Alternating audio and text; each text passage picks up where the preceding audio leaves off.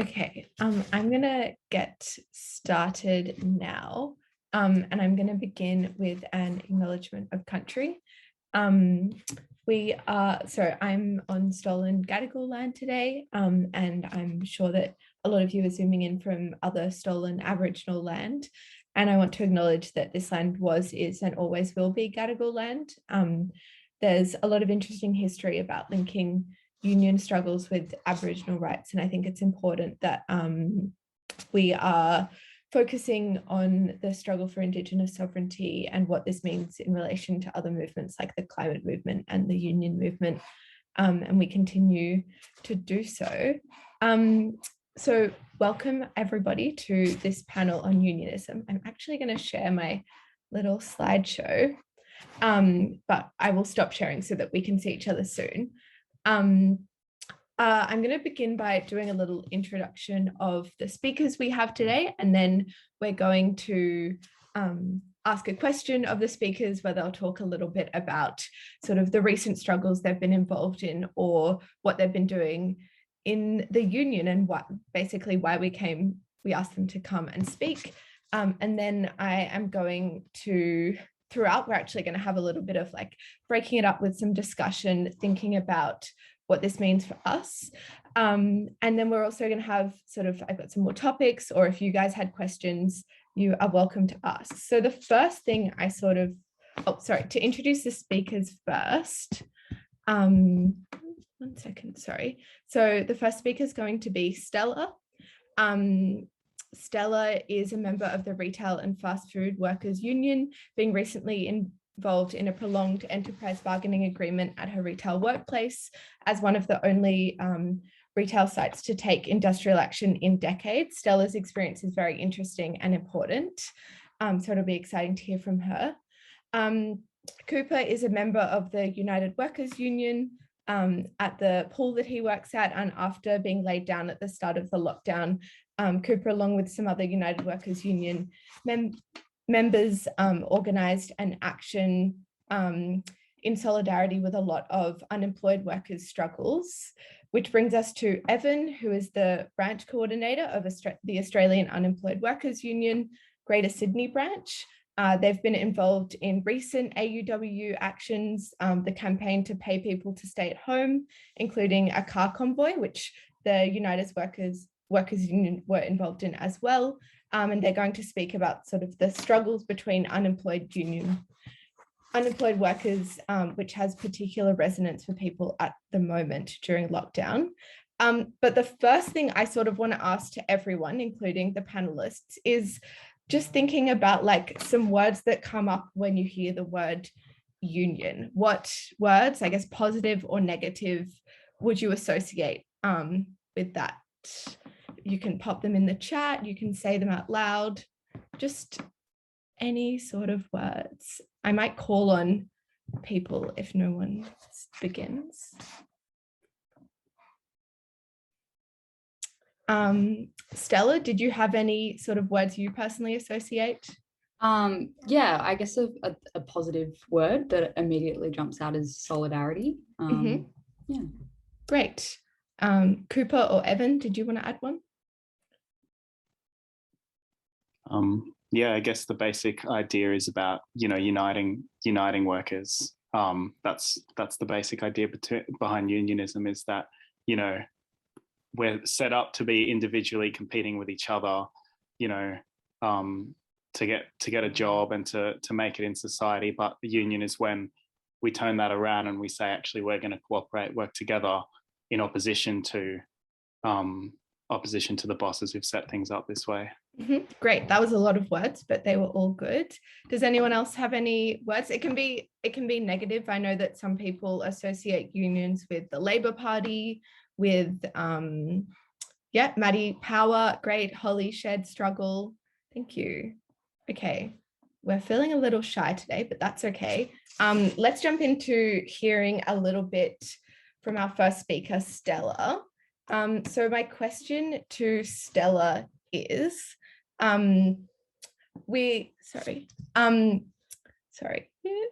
Could you give us an overview of the process of organising and bargaining at your workplace and a bit of a picture of what it was like and I guess why you did it in the first place? Totally, yeah. So yeah, just to start off, like, yeah, I'm zooming in from Gadigal land. Yeah, so bargaining in my workplace was sort of the culmination of like about a year-long struggle from workers at my workplace, where we had like just started off talking with each other about a bunch of issues that we faced at the workplace. And it was becoming more pressing. So yeah, we started off sort of just talking about how like recently a bunch of people had quit and why they had quit.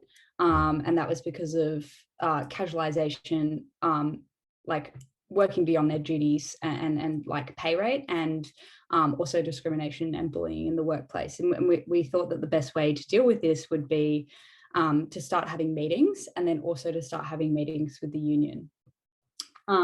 So we came to the agreement that the best way forward for us would be to sign a bargaining agreement with management at Better Ed, just because the most pressing issue for us was this idea of classification and the casualisation of the workforce, which I think is just like a huge issue across retail and across jobs held by predominantly young people. So the way that this essentially went was that coming to this decision in and of itself took about 6 months. It started off when a bunch of us, it was about like 2 or 3 of us, sort of decided that like, you know, we really wanted to do something about the issues in the workplace. And then we just started to encourage other people to join the union and to come to meetings with us about what we wanted to do. And then, yeah, and then we sort of decided that we were going to bargain, and then we had to get majority in the workplace, being part of the union and nominating the union to be our bargaining representatives. After that, we sat down with our boss after a long struggle. He initially agreed and then reneged on that, and then we had to go to Fair Work. And then we sat down with them. And then after that, they refused to meet with us. So we took to social media saying that, you know, they'd refused to meet with us for further meetings, and that we were seeking a protected action ballot order, which is essentially what you need if you want to take protected action. So essentially like industrial action that you won't get fired or fined for. During this process, there was a huge amount of foul play on management's parts, which is, you know, not surprising at all. Some of my comrades were sent cease and desist letters for sharing posts on social media about how the bosses had reneged, and people were fired. And I think what the whole process really showed to me was, you know, the real failure of the Accords in, you know, protecting workers in the long term, and you know, at the crippling of rights to take industrial action. There was nothing we could do when our like colleagues were made redundant, which was essentially the boss's way of getting around firing them, because that would have been adverse action. But yeah, it was not allowed. And I think, you know, it's quite clear, like the courts are on the side of the bosses in this one. But yeah, after a long drawn out process, we essentially did get our PABO, and we could go on strike. We started off very small. We just, you know, withdrew our labour in small parts of our jobs and duties. Our first industrial action was to refuse to do work surrounding window displays, refuse to take cash, and refuse to do overtime. The timing wasn't great, so this was sort of in the first couple of weeks of lockdown. It meant that when we escalated, we couldn't have the physical force of solidarity that we would have otherwise. And when we escalated, we were locked out. So we said we were going to refuse to do any work associated with online orders, and then our boss locked us out in the middle of the pandemic. This lockout lasted 1.5 days before our boss sat down to meet with us. And in his words, it was because we had forced his hand. There was, no way his business could survive without us there, which, is just so clear that industrial action works. And that, the key issue with the crippling of the ability to take industrial action is that, workers are the backbone of businesses, and bosses couldn't make money if workers could easily withdraw their labor. So essentially after that, we came to an agreement, which was pretty much everything that we wanted. We won casual conversion, so conversion to part-time contracts after 6 months. We won paid domestic violence leave, paid parental leave. We won the abolition of junior rates, which was also a big deal, and obviously is a big deal for young workers. But yeah, it was just a really great show of strength from not only like my comrades at Better Red Than Dead, but yeah, also just like the immense solidarity that we got from, the whole union movement and students and workers in the supply chain of books. There was like a big open letter from authors and, signed on by publishers as well. So it's just like clear that, the solidarity is there. And it was like a pretty momentous occasion, and it was, very exciting. But looking at it now, it's like, obviously the workplace still has issues, and like those are not all going to be solved with an EBA. Like it's not some, miracle cure, but they can be helped to be solved by like a real sense of workplace, like solidarity. Like if the boss tries to bully someone, or, pitch two people against each other or fire someone, it's just not going to be on. And like, the rest of the workplace will stand up and fight against that. Yeah, thank you, Stella. That was very, I've heard about this before, but it's always really interesting, and I always notice like new things every time you talk about it. I guess like the extent that, the bosses sort of were in fear, I suppose, at that early stage after like people were collectivizing does show a lot of the power that you guys had in terms of solidarity, and I guess still do have that can be maintained. So now I'm gonna sort of shift gears to ask Cooper to talk a bit. I'm interested if you could tell us a bit about some of the campaigns that employees at your workplace have been involved in, and some of the things you've been able to achieve, especially also in relation to like the connection to AUWU, although Evan will talk about that a bit as well. Yeah, okay, thanks heaps. And I guess before starting, I also want to acknowledge that we're meeting on stolen land. I'm on the land of the Gadigal people, unceded Gadigal land, and the union struggle. I think, it is important for us to build our active solidarity with the ongoing struggle of Indigenous peoples on this continent. I guess in terms of what we're doing, so I work at Annette Kellerman, which is a pool in Enmore, as a swim teacher.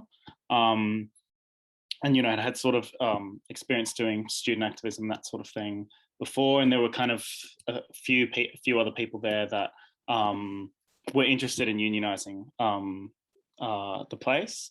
My experience early on is that, it wasn't really possible actually while everybody kind of wanted this sort of general improvement in pay conditions, there's lots of things wrong. Like I could list off a million things that is so horrible about this company in terms of the things that they force people to do, the basic bullying, the low pay, the lack of basic health and safety, things that put the kids we teach at risk, forcing pregnant women to work well past when that's safe, the sort of precarious situation that people are forced into it in my workplace. But I think there was a real palpable sense that people didn't see the union as something that was serious or valid, or would make a difference until we started to take action, I guess, and that in a way was the most powerful sort of recruitment tool that we've had for the union. So the first thing we did, we wanted something that was winnable, that we could fight over immediately, which was about sort of like barrier cream, which is like, because of the skin issues that happen when you work in like chlorine water for a long time. Also, and teachers kind of have to look after their skin with various forms of creams and that sort of thing. And so we were actually insisting this be provided by the company.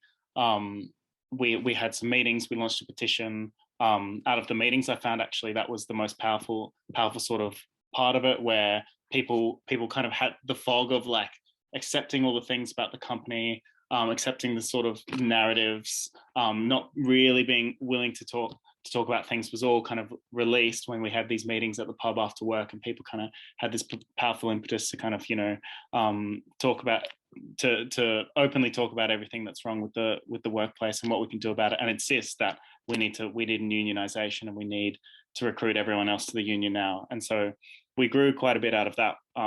We had about 7 union members before we took the petition to management, which had the majority of the workforce had signed the petition when we took it to them. Originally, they refused to meet, kind of dug their heels in. This is not something we can do. I mean, it kind of, I think, very revealing as something as much of a tub of cream for a billion-dollar company. I think the principle of it was quite revealing, and we did force them to meet through the union, and ultimately ended up actually, forcing them to provide the cream in the locker room within a few weeks of that. So I think that was a powerful sort of impetus for the first, amount of recruitment we did to the union. But as you sort of mentioned, like, it wasn't until the lockdown happened, and we actually, I think, doubled our union density out of the lockdown, which really threw, like, people were already in a very precarious situation with people, international students, older people, people working across multiple jobs 7 days a week. And then all of a sudden we're thrown into the lockdown, and they're saying the most you can get is $400. Is going to last you the whole lockdown. And you're meant to, feed kids and rah on this. And of course, and all we got from the company is this kind of terse formal email: we're closed, goodbye. We'll see you again on the other side when you're less dispensable to us, or whatever. Which, there'd already been ongoing issues about this, of job security and permanent hours and stuff, because of, changes over winter and different things that mean people get their shifts cut constantly. This is not just casuals as well, though it is highly casualized. Even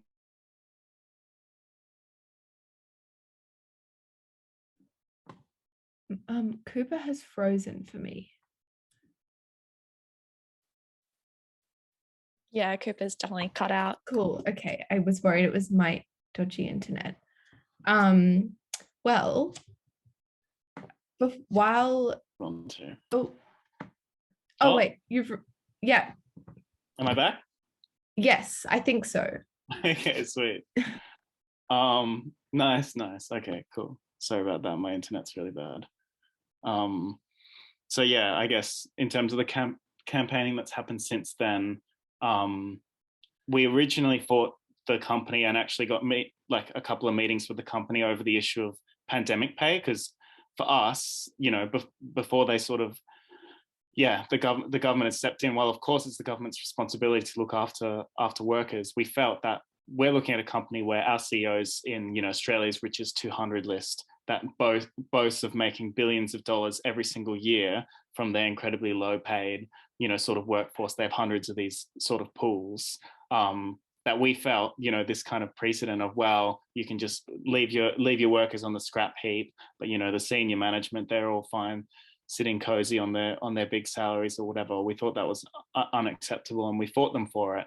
And I think it was telling in terms of the precedent that we'd set, that management felt it was necessary to meet with us. And we had launched a public petition, got over 700 signatures. We got support from Greens councillors, from the union, the United Workers Union. We had it spruiked in the local paper. A few different news media outlets covered it, actually. So there was quite a bit of momentum at that time.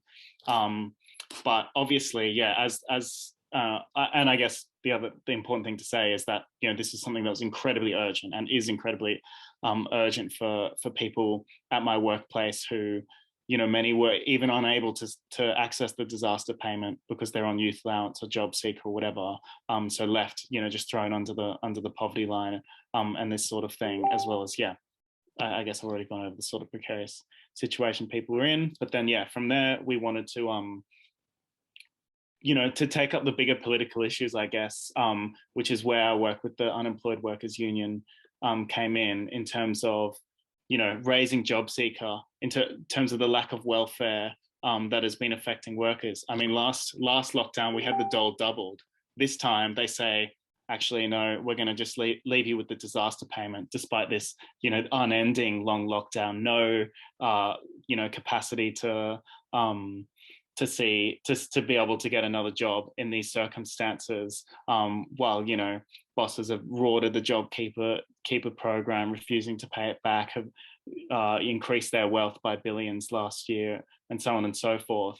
In this context, you know, workers have had a massive attack across all of Sydney in the lockdown. And so we thought, you know, it's not just us this is happening to, this is literally happening to workplaces across the state. And so we need a union, a citywide, a statewide fight across workers in all the different industries going through the same thing. We need this organising everywhere. So yeah, that was the kind of, as well, I guess, we also thought in the context of the escalating pandemic, you know, the kind of way that the virus was being spread through unsafe workplaces, that this was also an issue of the lack of support for workers, that, you know, that the kind of fact that people are having to choose between insecurity, poverty, or getting the virus was an unacceptable sort of choice that workers were being forced into, and was directly leading to deaths. Like, we're directly seeing people who actually didn't come forward despite having symptoms because they feared losing their income. And that, you know, unsafe workplaces have had COVID outbreaks with really basic sort of not safety, like unsafe practices that had to be implemented everywhere from the health system to logistics warehouses and so on. So yeah, out of that, some of our members at the pool, you know, had an opportunity for more political involvement, raised more serious political issues, issues that affect the working class as a whole now, as well as, yeah, issues of what the government is doing, not just our own individual employer, which I think is a very positive sort of thing for workers to experience, because while we do need to, you know, fight against insecurity, fight against the low pay, the historically low pay, and so on and so forth that we're all experiencing as workers, you know, in our individual workplaces. I think what's so crucial to being able to build our struggle is to generalize that across different workplaces into a fight against the government and everything they represent, from their sexism to the climate inaction and everything else. So yeah, I'll leave it there. Thanks. Yeah, thank you, Cooper. Yeah, I think that linking it to sort of pandemic pay is pretty important. And so we might go on to Evan now. I wanted to ask Evan, first of all, I guess, like, what you see, I guess, the role of an unemployed workers union as. Maybe this is a bit more broad, but also if you could talk about some of the recent actions that the Unemployed Workers Union has been doing, especially the Greater Sydney branch, and yeah, I guess the importance of these at the moment. Okay, great, thanks, Leah. First, I'd start with acknowledging the fact that we're all meeting here on stolen land, and that includes myself, and that's really important as an activist in the Unemployed Workers Union, right? Because if you think about this question of solidarity that connects all of us, like, no life matters until all lives matter, and you can't have that happening until Black Lives Matter.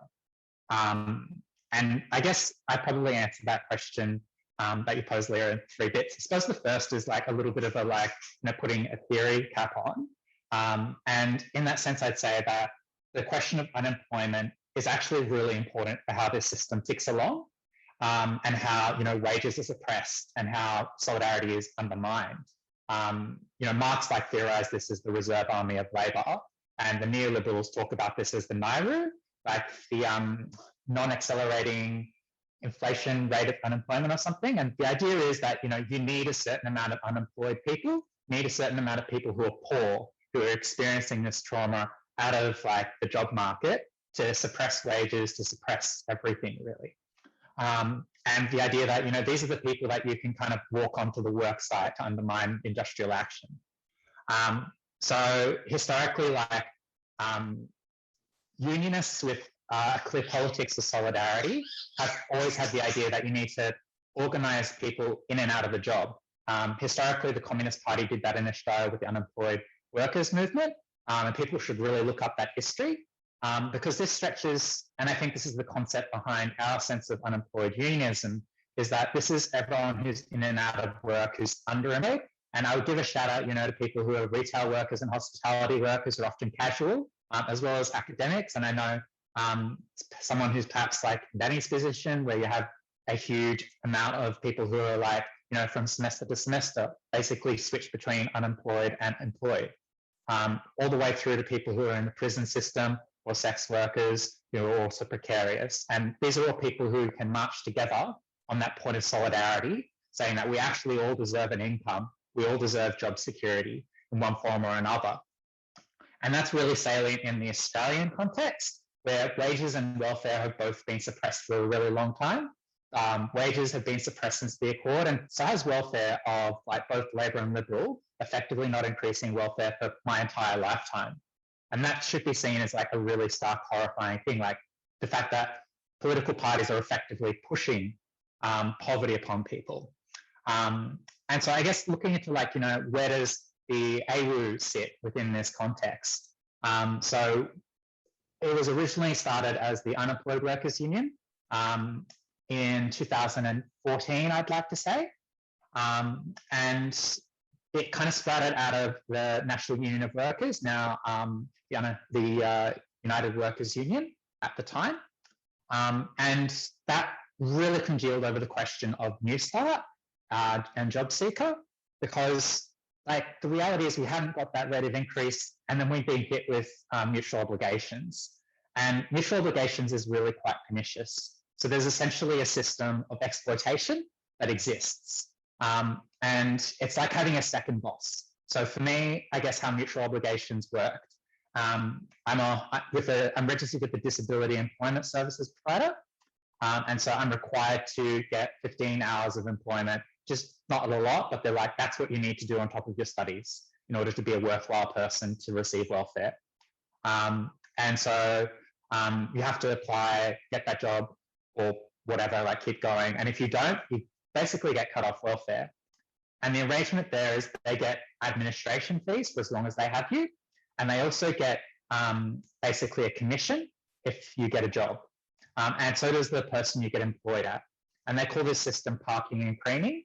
So the people who are considered the dregs of society, they basically don't bother helping you get a job.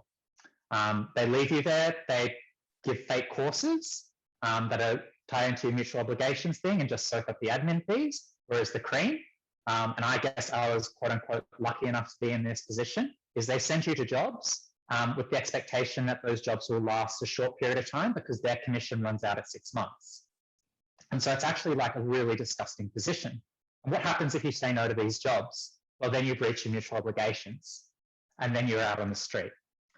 So you have that layer. And so people really wanted to fight mutual obligations and also fight the lack of increases in welfare. And that's where we saw campaign around 80 a day come out of. And the AUWU has successfully pressured a lot of people, especially quite conservative organisations like ACOS, to come across to the perspective that we need a livable welfare that is above the poverty line, which is now $600 a week, just above that, which is where the demand is now. Unfortunately, the kind of positioning that we've seen from larger forces has been quite difficult. So in the last federal election, the Labor Party basically got as far as promising a review. And of course, the Liberal Party didn't even go that far. But during COVID, we've had this interesting shift. And it's something that we've been working a lot and been trying to deal with and figure out how do you position yourself, because the lockdown 1.0, I guess is how I think of it, we got this COVID supplement. And actually this is a pathway, at least part of a pathway, that allows people to stay at home and like minimize their risk, like without a carceral approach. Like actually, what does it mean to stay at home? Like you don't police that, you actually make that option that it's livable for people to do. And for me, someone whose mutual obligation was in retail, where I was sitting there in a store getting those announcements about COVID transmissions, there was no QR codes, no masks, no one else in the store was like vaccinated, customers were coming in and like not social distancing. Like that was actually really terrifying. And like staying at home since then has not been the same experience that I had last year. Like there is this whip, like disaster payments are paltry, and it kind of is there to drive you to like, okay, like actually you probably should still try to get out there and get jobs, and they may not make you safe. So part of this like thing about how do you respond to COVID and how do you respond to the lockdowns and like these broader questions is we actually need to be paying people. We need disaster payments that match the level of income that people had before they were put out of work. We need to make sure that we have welfare payments that are livable, no less than $600 a week. And I would also note that we need to make sure that we're doing something about rent, making sure that people aren't being evicted, because that's like possibly the biggest part of our incomes that are being taken by the landlords. And I would note that I can't even get a rent reduction right now, even though my wages effectively have been cut like, due to the difference between disaster payment and wages, $120 a week. So I guess where does that look at for some of the actions that we've done around this? So we did the car convoy alongside United Workers Union and like other unionists.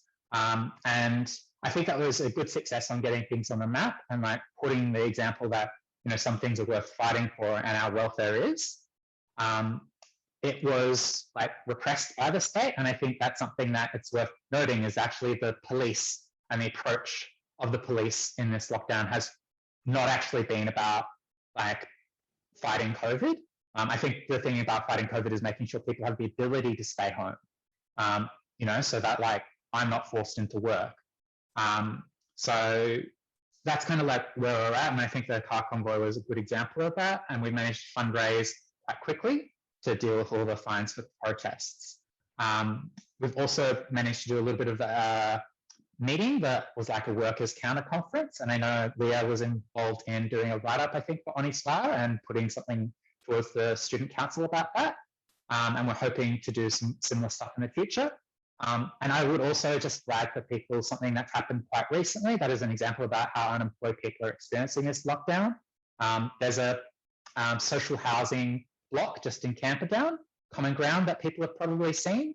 Over 100 tenants are locked down in there. Many are tenants who are quite recently homeless, have either drug issues or mental health issues, or marginalised minority groups, and they can't even access their own laundries. The police search things that go in, like even searching underwear that's going in, like in the effort to try to find like a drug or alcohol charge that they can get like people on who are rehabilitating, which is really horrific. And so it'd be great if people could find a way to show support to people there because they're really hurting. And that's actually not a way to solve COVID. You know, when there's 4 people in that like block and 2 of those people aren't even there to my understanding, you know, they're elsewhere. And like New South Wales Health didn't want to put the 2 remaining people in quarantine in a hotel because they were seen as antisocial. And I guess that comes back to like, you know, how the poor are being treated. And this is a COVID crisis where the poor are being made to pay for a lockdown where it actually, you know, you have managers that are working from home who are fully vaccinated in northern suburbs. Meanwhile, like people are being either forced to work or are like struggling in poverty in Western Sydney. So for people who are interested in getting involved, and I'd remind you that like if you're not a full-time worker, whether you're a student, whether in precarious work, you're part of our movement. You're welcome to come to our branch meeting that's this Thursday, and please follow our page. I'd recommend following the Twitter that can get a bit fierce on there. I'm a little bit overwhelmed with Twitter myself. But yeah, so I guess that's the rundown, some of what we do and that's a bit of why. Yeah, happy to field any questions. Great, thank you, Evan. Yeah, that was really interesting.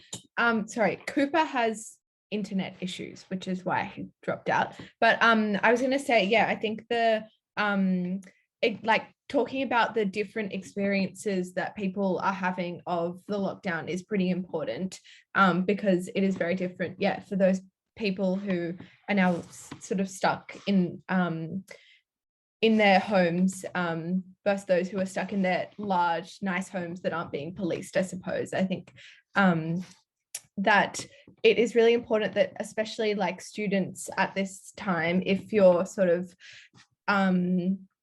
like, yeah, precariously employed and sometimes unemployed for periods of time, like sort of double carding is definitely something that I've been talking to people about recently, and yeah, joining AUWU. So I have a couple of other like questions I wanted to ask everyone, but I also want to say that anyone who would like to is free to ask the panelists a question. One of the things I wanted to talk to people about was, I guess, the relationship between unionism and some other movements or other issues at the workplace. So I guess more broader, that would be like the relationship that unions have to the climate movement, but also more directly in terms of like workplace harassment, discrimination, and racism. That like, I guess if anyone has any comments on these issues, or like Stella talked about how the enterprise bargaining agreement had helped with discrimination at the workplace.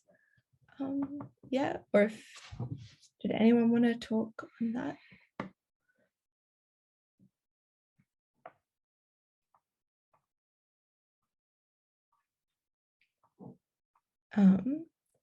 If not, yeah, okay, I can pick people out. Maybe Cooper, if you wanted to talk a bit about sort of unionism and the climate movement, that would be something of interest. Maybe just like, you don't have to go too in depth. Sure. Yeah, I guess the thing for me, in fact, some of the basic reason why I got into unions, apart from, the way like dealing with issues in the workplace, I think in terms of the issues we face, like the climate crisis, there's a profound sense in which actually what we can do as students, as in social movements, is critical and important, but it's not going to be enough to force the kind of widespread change that we need in terms of massive transformation of the economy at every level in order to rapidly deal with emissions, because the reality is a small number of companies have trillions of dollars worth of sunken investment in escalating the climate crisis. But what workers have, and I think what working within unions can bring out the potential of, is we have the potential to shut down the system, to actually prevent that entire flow of profits, not just to the fossil fuel magnates, but across the entire company, to actually create a social crisis on our terms. We're used to social crises on their terms, where they just plunge us into unemployment and, change the way we live our lives at the drop of a hat. But this way we can actually decide, no, we are not going to go back to work until you deal with the climate crisis, until you deal with things on our terms, which I think to me is so crucial for those who are climate activists, those who are activists in any movements, really, to be looking to what's the social force that can actually deliver the change we need. And I think the working class is that force, and working within unions is very, very important to being able to build our power and build people's confidence that they can take action on any issues, and that we can use our power as workers to change the way society works. Yeah, great, definitely. Anya? Okay, sorry, I raised my hand and then I wasn't sure if that was illegal. I don't know. No, if anyone wants to jump in, you're very welcome to. Okay, cool. Yeah. I guess I don't know what to say in terms of like those intersecting issues of like working class struggle. There's no laws. Okay, we love that. Yeah, in terms of like working class struggle and other like social struggles that people go through.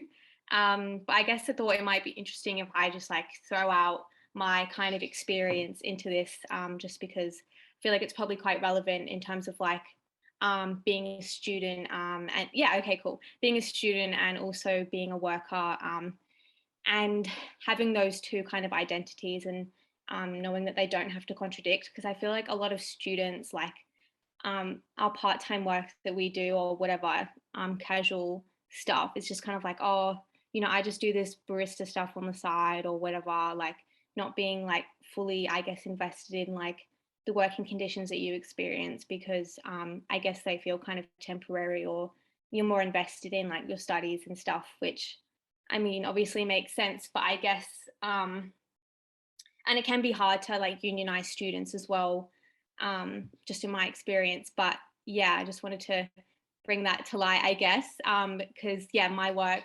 I work at a call center basically, and what happened was like during lockdown, like, because we usually work in an office, but yeah, when lockdown happened in Sydney, essentially they were like, okay, no one's allowed in the office, but we can send you equipment, because all we need is like a laptop and a headset basically to do the work. Like, we don't actually need to be in the office. And then they just only gave equipment to some people and not others. So I was literally, it ended up being 7 weeks. I had no equipment, no shifts. I had no money at all. I wasn't able to get the coronavirus supplement. All I had was youth allowance, and I need to pay rent. I need to buy groceries. It was like extraordinarily stressful. And I would call management up and say, like, I need work. Like I'm basically begging you, like, you're not responding to my emails, you're not responding to my calls. And I was basically told, you have poor performance and poor attendance, and fuck you, you're not going to get any work at all. And I was like, fuck. But luckily we are in a union, so we're also in AUWU, or United Workers Union. So yeah. So yeah, and I basically was like, brought it up with the union and was like, this is my situation, like I need this equipment, it's like unlawful, because we're also in an EBA, but it's different to the bookstore because we're in like a multi EBA. So it's like the whole industry is held to this one single EBA. It's not like one company, which makes it kind of complicated during negotiations. But yeah, basically through the union and through like me, yeah, like I hosted a union meeting about it, and as soon as I was backed up by the union, all of a sudden management was like, oh, we have these laptops, we have all this equipment that we miraculously found out of nowhere because all these people just happened to quit or whatever, or like we randomly fixed up these laptops. And it's just like, well, you know, when I was begging you, you said you had nothing, and as soon as the union hosts a meeting, like they don't even do anything, they just host a meeting, all of a sudden they're like, wow, like let's send you the equipment, like we love you, like yay. I'm like, well, okay. And also through that process I became a delegate, so I'm now a delegate at my work. Yeah, and that process really showed me that, you know, you can fight for what you want and you can win, and if you don't fight, you don't win, you lose. So, and I think it's really important that, you know, I could know all the rights in the world, I could have all the fucking theory in the world, but if I didn't have the union on my side and the workers on my side, I can be singled out and I can be punished by management. And I think that was something that I really took from that, and something that I am trying to communicate to the employees, like to my fellow co-workers. And it is difficult to do, like it's very difficult to unionize your workplace, and I completely sympathize with that, especially like being a full-time uni student and working and union organizing. It's a lot of work. But yeah, it's been kind of interesting. And then also we're doing bargaining as well.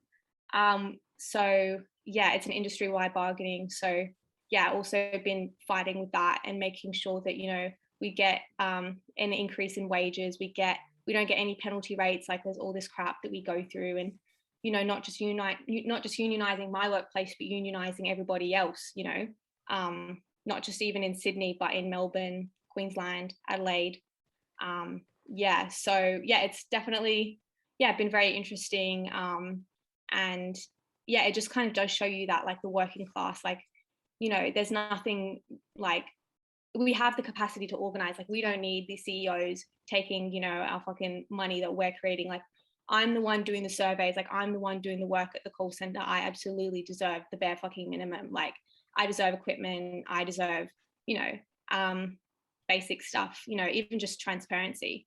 Yeah, so yeah, it's definitely, I don't know, if that was useful. No, for any of you Anya, guys that was as well.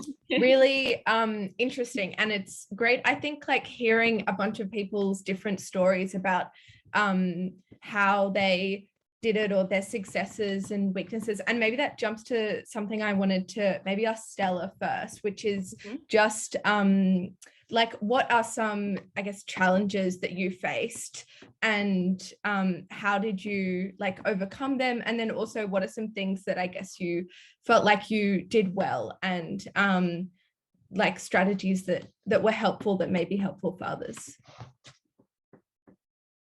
Yeah, totally. I might just talk a little bit about like sort of trying to organize in my previous workplace and the difference between that and this one. Just because, yeah, that'd like, be good. yeah, it was quite interesting, like the differences. And I think so. My previous workplace, I also worked at a bookstore, but it was like part of a chain. And we were paid below minimum wage. It was like actually a lot harder work. Yeah, we would, you know, we wouldn't get our 10-minute tea breaks, like paid tea breaks. We would only get a half an hour unpaid break, and we would work for over 8 hours.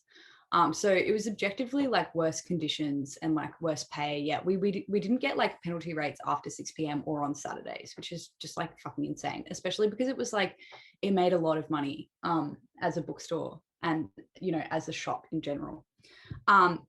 But I think, yeah, it was interesting. Like, it was really actually quite hard to like unionize and organize, and even just to sort of try and dispel that sort of sense of individual competition that the managers really push. And I think that's because like middle management at the bookstore did a really good job of sort of like union busting and sort of, you know, yeah, just just sort of trying to make it seem like it wasn't that bad. And like, if people were complaining, they'd just like, you know, yeah, like middle management like fucking sucks. And yeah, like they fired someone who was sort of asking about how much everyone was getting paid in her like second week.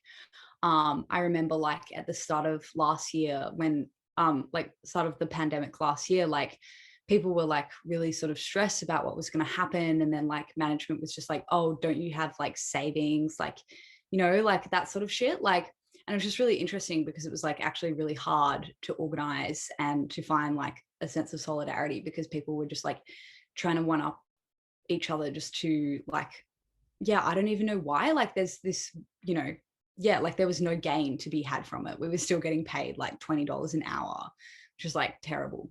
But yeah, I think like, I don't know, like, I think it was organizing where I'm working now is actually a lot easier, because like the only site we had was the one I was on. And it was like a pretty like close-knit group of people already.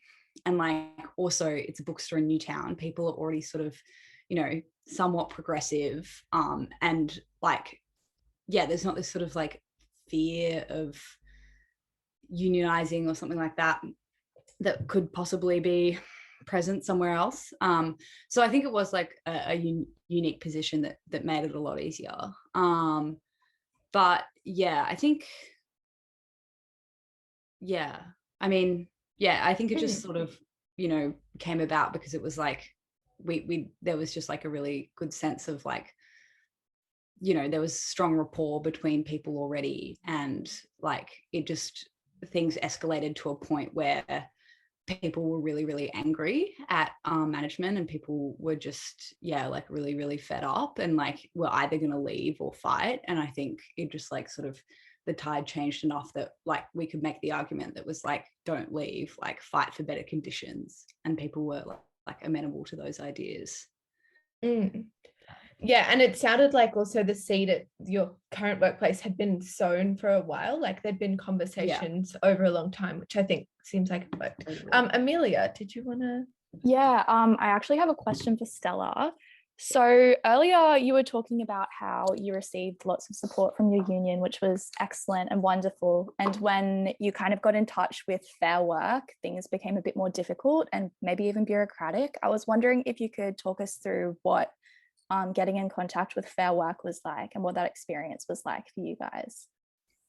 Yeah, it was like a pretty weird experience, to be honest. Like, so like yeah, I think after, we started like bargaining, which happened after the union got in contact with Fair Work, because like they need to be nominated in order to bargain, then like bargaining starts, whatever. And then the boss like agreed and then reneged. And then I don't really know what happened. I think you just sort of like apply for a trial. Oh, no. We signed a petition at work that was like people like signing on to like say that they wanted the boss to bargain. And interestingly, like people who sort of weren't involved in the process of bargaining, like who like weren't even in the union. So sort of the like couple of salaried positions. So like our book buyer, and then I don't know, like someone else signed that letter. So there was only like 2 people who didn't sign that letter. And then like we had sort of a trial date or whatever at Fair Work, and because it was like there was still COVID restrictions, it was essentially just like a meeting with some random dude, in which like I was present, like a union rep was present, and then like the boss was present and like the boss's lawyer, and then like the Fair Work Commission person was just like, okay, like you just like let's try and like come to an agreement. And then like obviously we didn't come to an agreement because the boss was just like, I don't want to bargain. And so then we had to get like a trial date, but I think that was going to be like ages away. And then I think we ended up just like bargaining, like returning to the bargaining table before that trial date that like would compel them to bargain. I'm not sure how that like works. Like they obviously like can't be forced to bargain because like, like Coles is supposed to be bargaining with workers at the moment and they're just like not. So like, it's just so bureaucratic and it's like such a joke. Like we've been struck literally 7 months ago, if would have, but it was just this like bureaucratic hellscape that was just so fucked. Also, the person that we were in the meeting with at Fair Work, he used to be like the head of the Australian Mining Corporation or something, and they're nominated by the government, who's currently in power, into the positions, and Tony Abbott nominated him into the position. So it was just like a joke. Like he was just like, clearly not on our side. But in the end, like just essentially a social media campaign and like the amount of solidarity we could garner, like whilst in lockdown or whatever. Managed to force them to the bargaining table.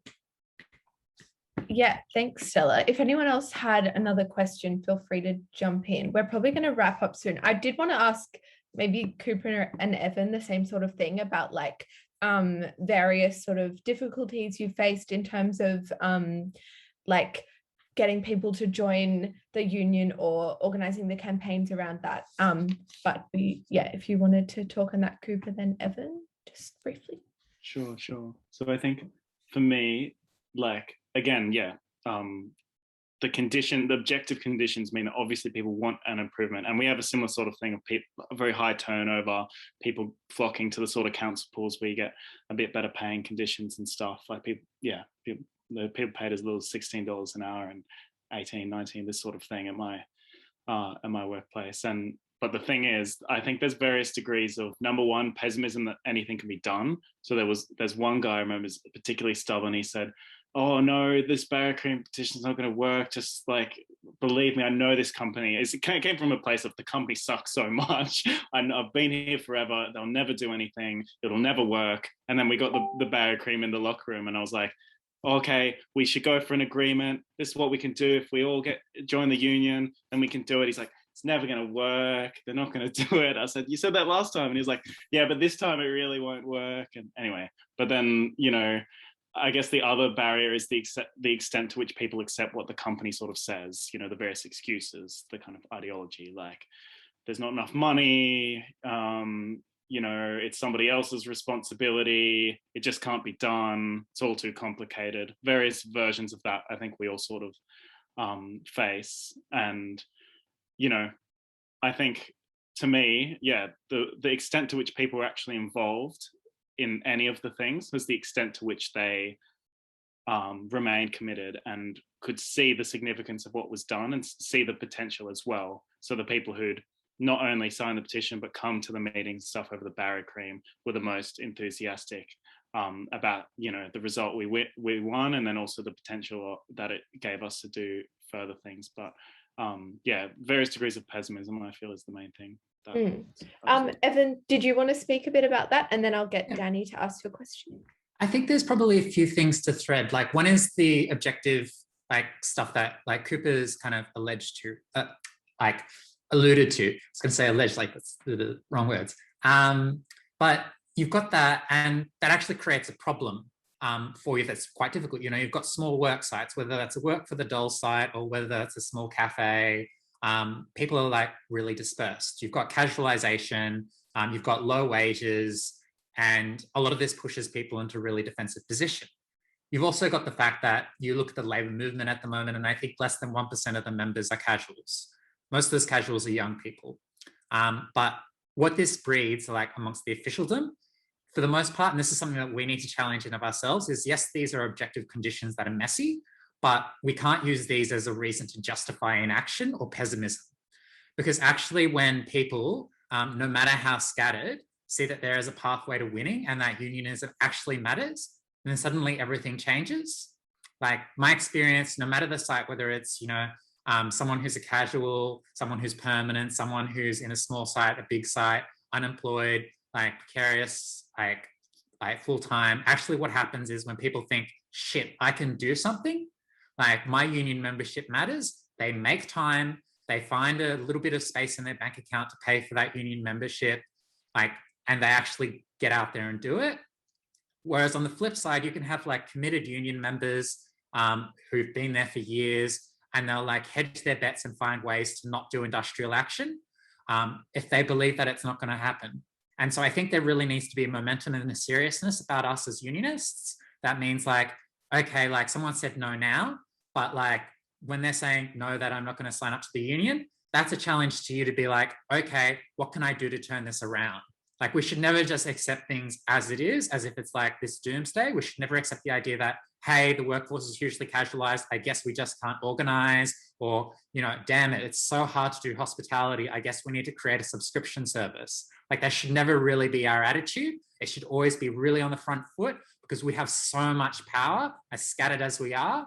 Like, honestly, imagine what the situation would be right now if people who are in Uber Eats decided, I'm not going to take this anymore and I'm going to do a strike. They could fucking get whatever the hell that they wanted when you think about it. And the reason that that's not happening is because people's confidence is being obliterated, because there's been so many shitty officials that given people a really bad impression of unionism. Like, that's one factor that we have to really consider, but that doesn't have to be that way. So yeah, just thought I'd throw that out there. And I think, you know, we can fight, we can win, and in unity is strength. And, you know, where we get our unity is in action. So let's get out there and actually do it, you know? Yes, great, Evan. I might jump to Danny's question. Assuming the raised hand is a question. Yeah. Yeah, sorry. I just wanted to add just a couple of small things in terms of what people have said, because one of the things that I think people often, like when you're doing your first organising thing, is you do come up against you're trying to recruit people to the union, and then you also find yourself fighting the union. And I just wanted to talk a bit about that, the union bureaucracy and what role they play.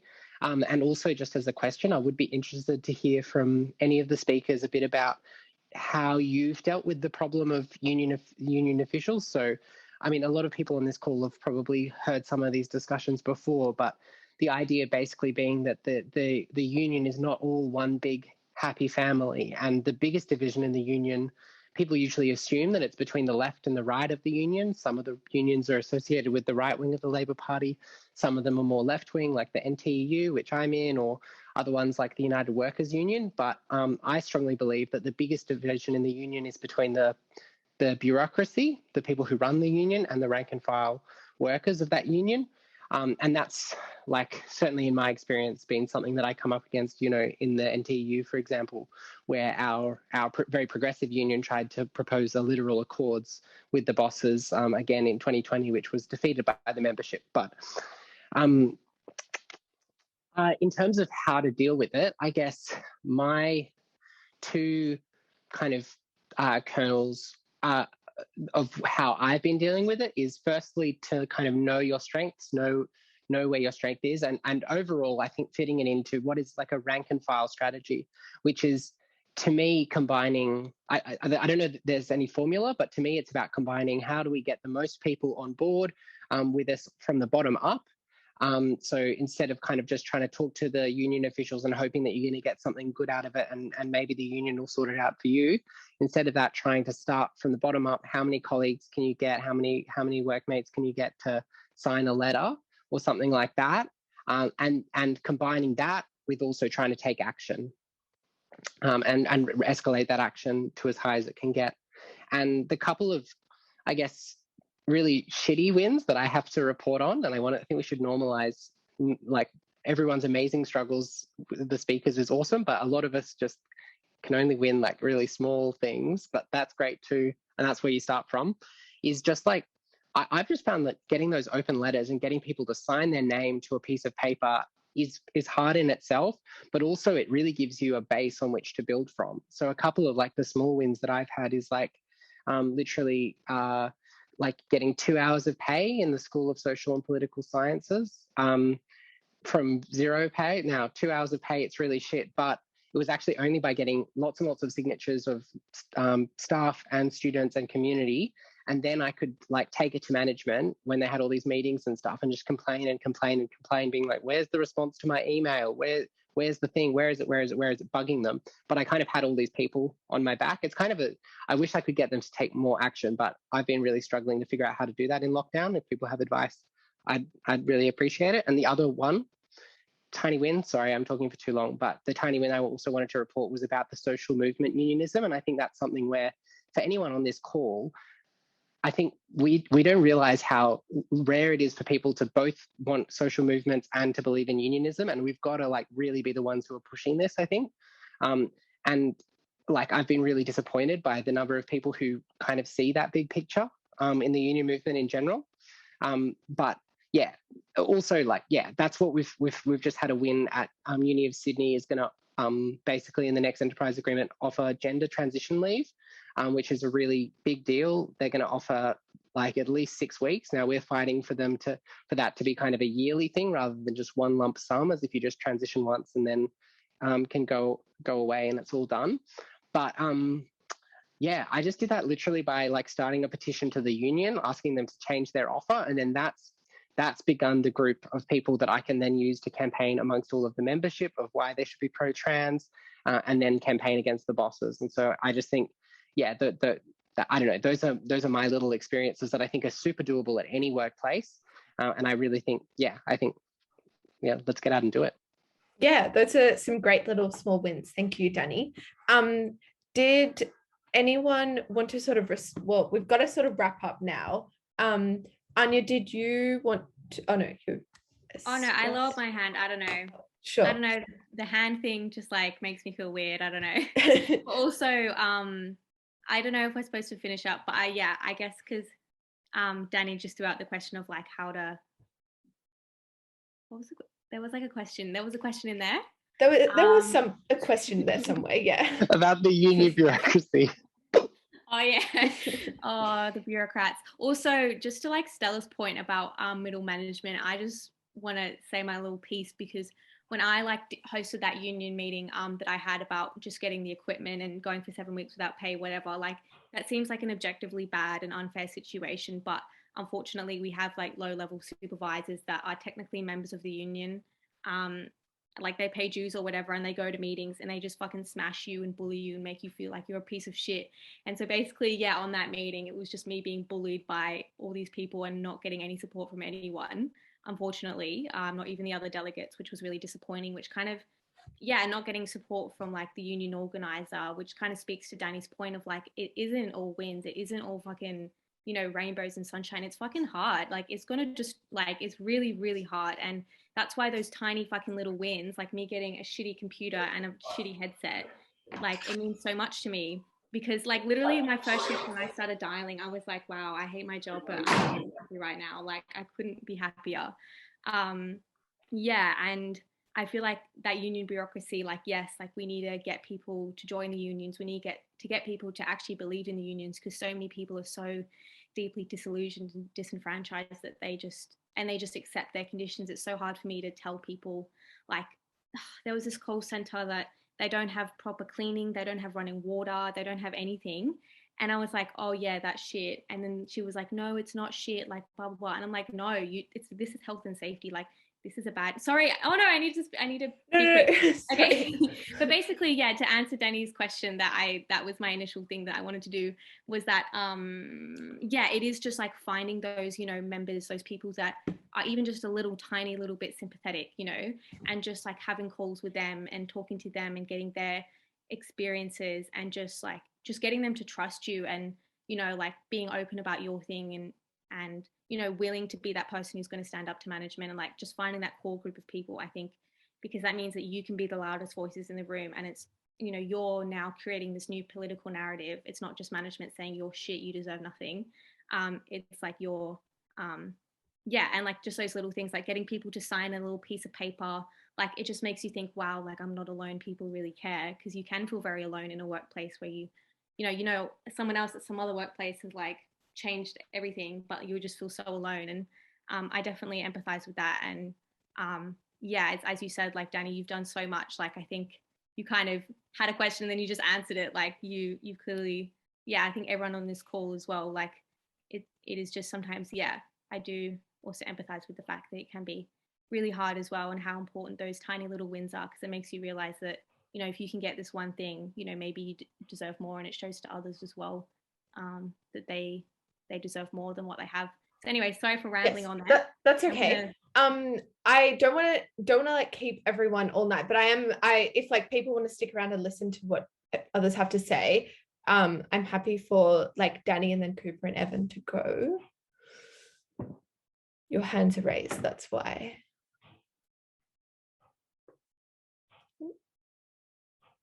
Cooper, did you want to go? Sure. Yeah. Thanks everyone for sharing those like examples and stuff. I actually think it's really inspiring to hear. And I know it can definitely be really hard and demoralizing at times. But I guess I just, in some ways, a corrective to talking about the pessimism and stuff like that I talked about before.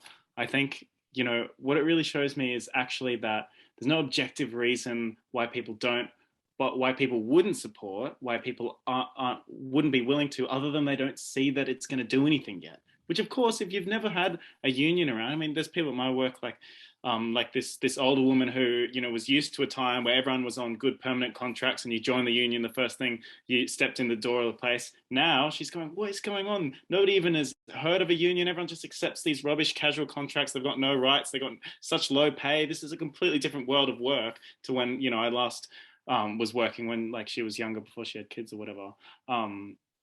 And, you know, I think that's the thing that we have to change. We have to normalize that we can actually do things. And the truth is, those little wins that people talk about are so invaluable, because they show that we actually have power, that we actually can do something, that when we take even small actions, we all signed a petition, and then they had to scramble and freak out, and they tried to crush it, and then they gave in.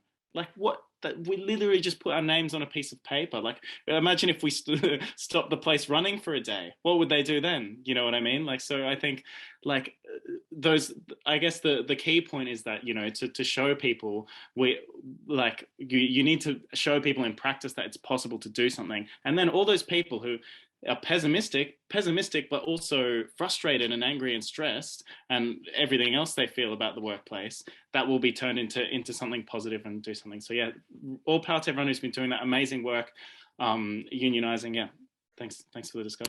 Thanks, Cooper, and we'll end on Evan. Cool. First, I'd just like to say, as a NTEU casual member, to Danny, who's my official and a rep on branch committee, don't you dare talk down the gender transition leave. Bad official. But having said that, I think there's something that it's really important for us to understand, right? Is that the union is the membership. And what that means is that like unions are organizations of working class people who've come together, you know, to fight at their work sites and outside of their work sites for real wins. And bureaucracy is not actually part of that. They're like this layer on top that has its own separate interests. They're like a middle class function, right? You know, they're basically supervisors in the union in their own way. And while a lot of them can be good individuals, and this is where people get caught in the weeds of it, is like, you know, you can have people who work really hard, who are really passionate about workers' rights, and sometimes they do great stuff. But like actually when the tough gets going, they're like a handbrake.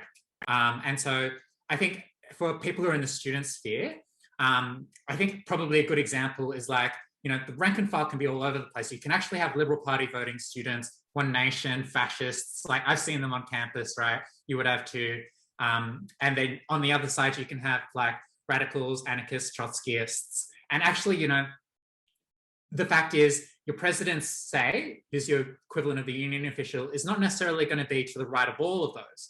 But then when there's a large anti-cuts campaign, it's very rarely you're going to see the president walk over to the EAG and be like, I can't believe you're such a right-wing group. Like in my experience in the student movement, that never happened. And there's a reason for that actually. Like, you know, this isn't because like individuals are good or bad, though that plays into it, but because there's a specific role that people end up playing. In the union bureaucracy, that's probably bigger. Like trade union bureaucracy is much bigger. We saw that with the job protection framework where we had people going around basically disciplining workers. I know like in the NTEU, activists aren't able to access membership lists. Like you think about what that means during like an online era of lockdown, it's fucked. You look at the role of union officials in the United Workers Union, people trying to basically undermine strike action, and it's fucked. And it's like, so why does this happen? Because people have an interest in building the union insofar as like selling it, getting memberships, but they don't have an interest in true control of the union because that means that they don't have a reason to exist. And so strong movement by the rank and file has a reason to fight for itself. It doesn't mean that that's going to happen automatically and that everyone's like automatically militant, but it means that that potential for militancy and therefore that potential for social change, for power, for solidarity exists, where it does not inherently exist within the union organisers and the officials. And so the way that I always try to think about it when I started in the student union, and it's a concept that served me well, is I always try to think of things in form of a reverse pyramid, is that your officials are at the bottom of that pyramid and all of the weight of the membership squeezes them at the bottom until they're like driven into the ground, because actually no matter how good or bad they are, they need to be your servants and they ideally shouldn't exist. Like a union should be collectively organised. And so that means, for instance, in this example, sorry to call you out, Danny, that means my foot is on your face so that when you're going to branch committee, you're doing what we need. And like the same should be going for like the union president, Patrick Brownlee, and for the national NTEU president. And the same honestly should go in the AUWU, because even though those people are unpaid, like that does not matter. Like every single time the membership should be dictating to the officialdom, because the officialdom does not deserve to exist. They are like cobwebs in the way of our fight to true liberation. And sometimes those cobwebs are fucking annoying, but we can do this and we can get out there and we can win. And I'm very distracted by Cooper laughing at every time. I don't know if you're laughing at me making the tirade, but I hope you are, because it was a good tirade, I think. It was a good tirade, and I think an excellent way to end this. Yes, so thank you very much, Evan, and to all the speakers and to everyone who contributed. Yeah, I'm really happy with what we all had to say, and I think it was interesting. The recording will be up on YouTube. Yes, that's all I've got to say. So goodbye all. Have a good evening. Thank you guys Thanks. as well. And thanks, Bye Leah. guys.